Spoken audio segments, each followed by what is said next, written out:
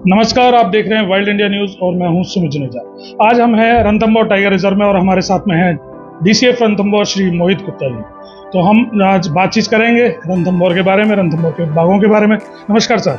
Sir, जैसा कि रणथंभौर की अगर हम बात करते हैं तो रणथंभौर टाइगर रिजर्व जो है वो टूरिज्म में एक अपनी अलग पहचान विश्व में बना चुका है।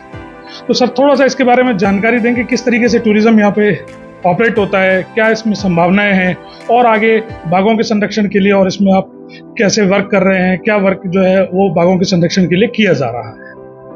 जी, रणथंभौर नेशनल पार्क जो है या रणथंभौर टाइगर रिजर्व है, इसमें टूरिज़्म तो वर्ल्ड फेमस है, ये सबको पता ही है।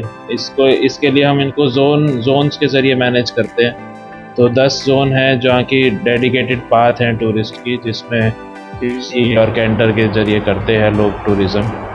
अभी हाल ही में ही जो है एनटीसीए की मीटिंग के दौरान जो है हमें एक अप्रूवल मिला है कि जो टाइगर कंजर्वेशन प्लान है अगले 10 साल का, उसमें हमने टूरिज़्म को और अच्छा व्यवस्थित करने और उसमें अच्छे जो नवाचार करने के लिए प्रपोजल दिए, तो उनके लिए अब हम आगे काम करेंगे, जिससे कि रेलेवेंट अप्रूवल्स के बाद।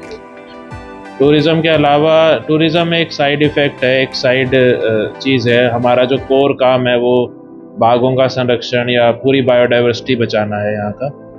तो उसके लिए हम जो है रेगुलर काम कर रहे हैं, विकास कार्य करते हैं अंदर, जो कि अप्रूव्ड कार्य होते हैं। उसके अलावा प्रोटेक्शन हम लगातार कर रहे हैं, टाइगर्स की मॉनिटरिंग कर रहे हैं, उसके लिए टाइगर मॉनिटरिंग सेल है। तो कौन से बाघ कहाँ हैं, कैसे हैं, उनको जो है उनकी नेचुरल हैबिटाट में वो खुशी से रह सके।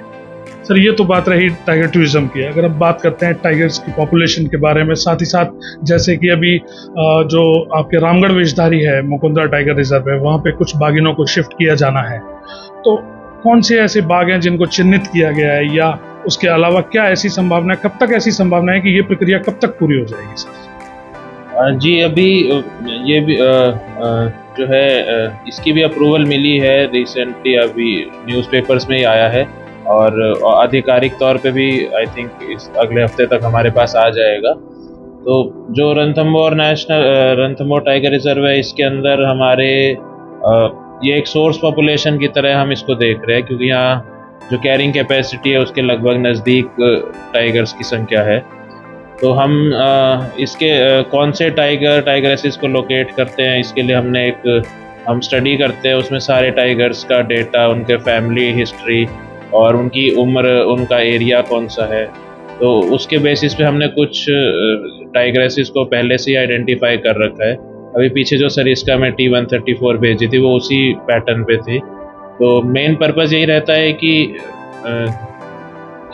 जो है जेनेटिकली उचित टाइगर जाएं, फिट जाएं और ऐसी टाइगर्स जाएं जो वहाँ पर और अन्य कब्स दे सकें, जिससे कि बाघों की संख्या में वृद्धि हो सके। सर, अभी T136 टाइगर जो है वो कूनो जा पहुंचा है सर, और देखा जाए तो महज 5 किलोमीटर जो कूनो में जो चीतों के जो बाड़े हैं, वहाँ से 5 किलोमीटर पे उनके पगमार्क मिले हैं।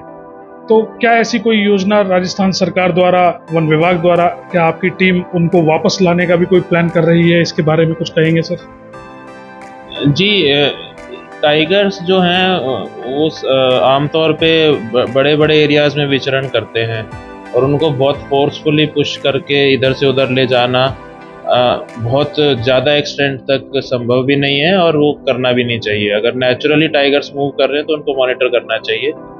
अब T136 की जो बात है वो पहले से ही बहुत बड़े एरिया में मूव कर रहा है, तो ऐसा अभी कोई ना हमें निर्देश है, ना हमें कुछ इसका प्लान है कि ऐसा कुछ करना। सर, चूंकि आज 3 मई है, वर्ल्ड इंटरनेशनल लेपर्ड डे भी है सर, तो अगर रणथंभौर की बात अगर हम करते हैं तो रणथंभौर में लेपर्ड के आधिकारिक जो संख्या है वो कितनी हो सकती है, कितनी है, और लेपर्ड और टाइगर के बीच में जो संघर्ष जो होता है उसके बारे में थोड़ा सा बताएं सर। और फिर टाइगर जो है वो थोड़े अंदरूनी एरिया में रहते हैं, लेपर्ड जो है वो एज पे, जंगल की एज पे रहना प्रेफर करते हैं।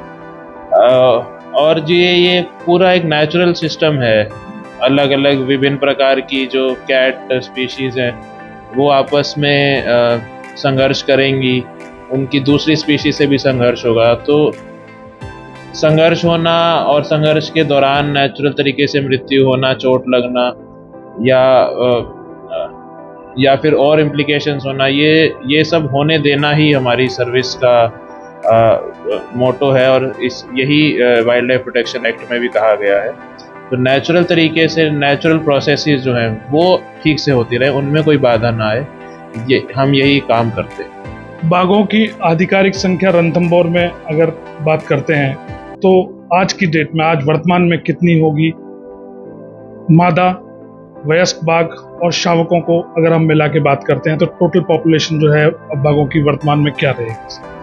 रणथंभौर में लगभग 70 हैं। इस पूरे लैंडस्केप में थोड़े और ज़्यादा हैं, जिसमें इस लैंडस्केप में बूंदी भी आ जाता है और करौली एरिया भी आ जाता है। मेरे जो जुरिस्डिक्शन में लगभग 70 है, नर, मादा और जो कब्स है मिला।